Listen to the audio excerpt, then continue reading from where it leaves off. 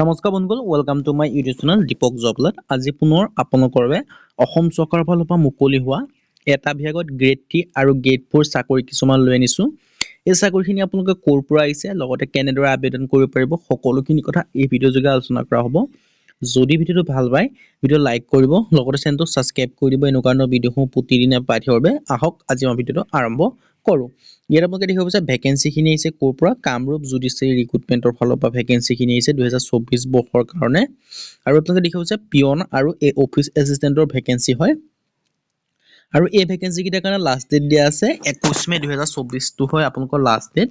তাৰ আগতে আপোনালোকে আবেদনসমূহ কৰি ল'ব লাগিব। The office of the legal aid defence council Kamrup আমিনগাঁৱৰ আপোনালোকৰ এপইণ্টমেণ্ট হ'ব, মানে গুৱাহাটীতে আপোনালোকে নিযুক্তিসমূহ পাই যাব।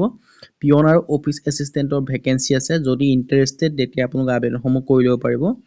অফিচ এছিষ্টেণ্টৰ কাৰণে এটা আছে, এডুকেশ্যন কোৱালিফিকেশ্যন বিচাৰিছে গ্ৰেজুৱেশ্যন। যদি আপোনালোকে গ্ৰেজুৱেশ্যন পাছ কৰি থৈছে BA, BSc, BCom তেতিয়া আপোনালোকে আবেদনসমূহ কৰিব পাৰিব।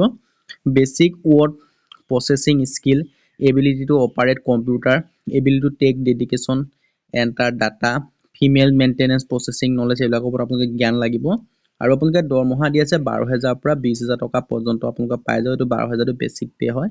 তাৰ লগত গ্ৰেড পে সৈতে মুঠতে 20,000 পৰা 30,000 টকা পাব।